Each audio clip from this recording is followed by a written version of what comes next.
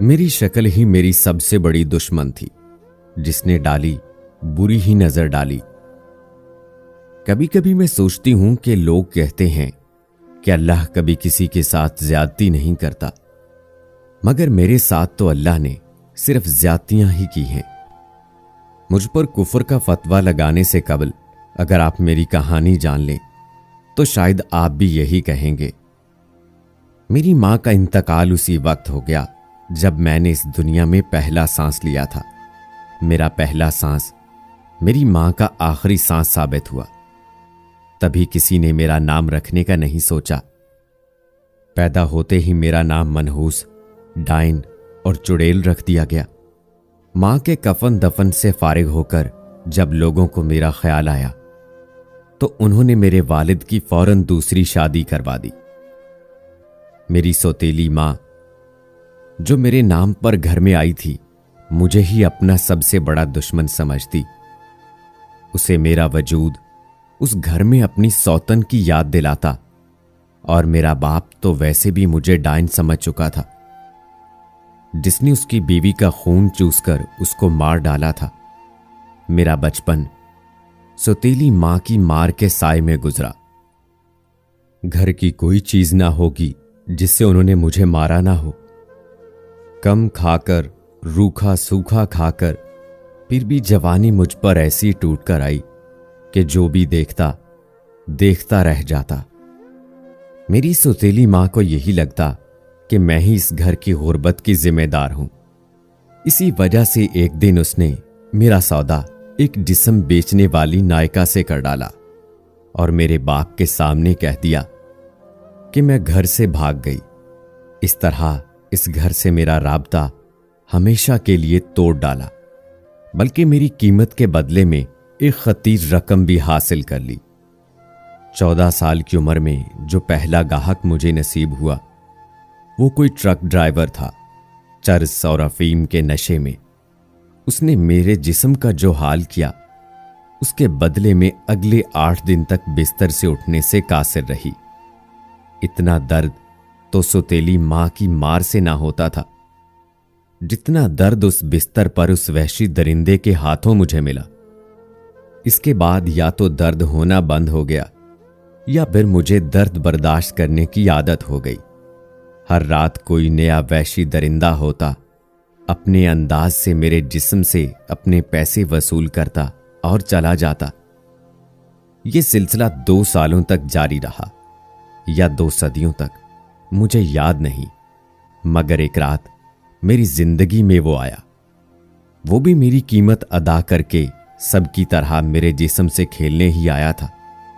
मगर मुझ में उसे पता नहीं क्या नजर आया कि उसने मुझसे शादी का वादा कर डाला। मुझे लगा जैसे नशे और मस्ती के आलम में सभी कुछ ना कुछ बोलते हैं, तो इसने भी बोल डाला होगा। मगर कुछ दिन बाद वो दोबारा मेरे सामने इसी सवाल के साथ मौजूद था। उस नामुमकिन को उसने कैसे मुमकिन किया, ये मैं नहीं जानती। मैं तो बस उसका हाथ थामे बादलों पर पैर रखे उड़ती जा रही थी। मुझे लगा शायद इसी को मोहब्बत कहते हैं।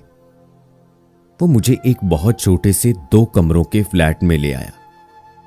उसी ने मुझे बताया कि उसकी एक बीवी पहले से है, मगर उससे इसकी कोई औलाद नहीं है। मैंने जिंदगी में कभी मोहब्बत नहीं देखी थी, इसलिए मैं नहीं जानती थी कि मोहब्बत क्या और कैसी होती है। बस दिल ने कहा कि इसकी कही पर यकीन कर लो और मैंने कर लिया। इस डेरे से फरार होना एक नामुमकिन अमल था। वो मुझे अलहदा से इस घर में रखेगा और हफ्ते में 1-2 दिन मेरे पास आया करेगा। मैं तो अपना घर और एक सहारा पाकर खुशी से पागल हो गई थी।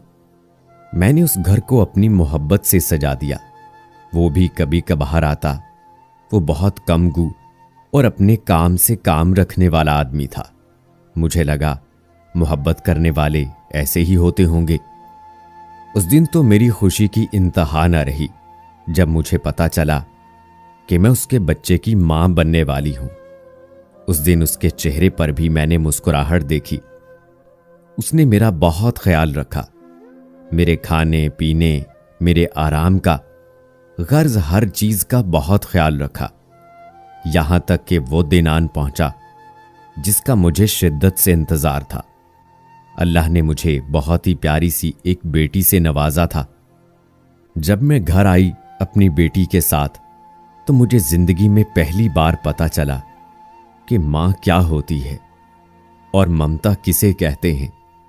वो मेरी बेटी की पैदाइश के दूसरे दिन मेरे पास आया और बेटी को गोद में लेकर कहा कि इसका इस नायका से सिर्फ 1 साल का कॉन्ट्रैक्ट था, उसको औलाद चाहिए थी, वो उसको मिल गई, अब मैं वापस जा सकती हूं।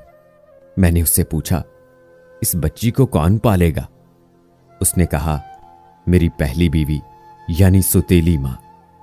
इतना सुनना था कि मुझे वो तमाम मुजालिम याद आ गए जो मेरे साथ मेरी सुतेली मां ने किए थे। उसके बाद पहले तो झपट कर मैंने उससे अपनी बेटी को छीना, उसके बाद छुरियों के पै दर पै वार करके उसको खत्म कर डाला। मैं उसको छुरियां मारती रही। होश मुझे उस वक्त आया जब खुद को पुलिस की हिरासत में पाया। जिस बेटी को सुतेली मां से बचाने के लिए ये सब किया, वो अब भी सुतेली मां के पास ही पल रही है और मैं जेल में दिन काट रही हूं कि ना जाने मुझे क्या सजा मिलती है। अब आप ही फैसला करें कि मेरे रब ने जो जिंदगी मुझे दी वो बहुत सख्त न थी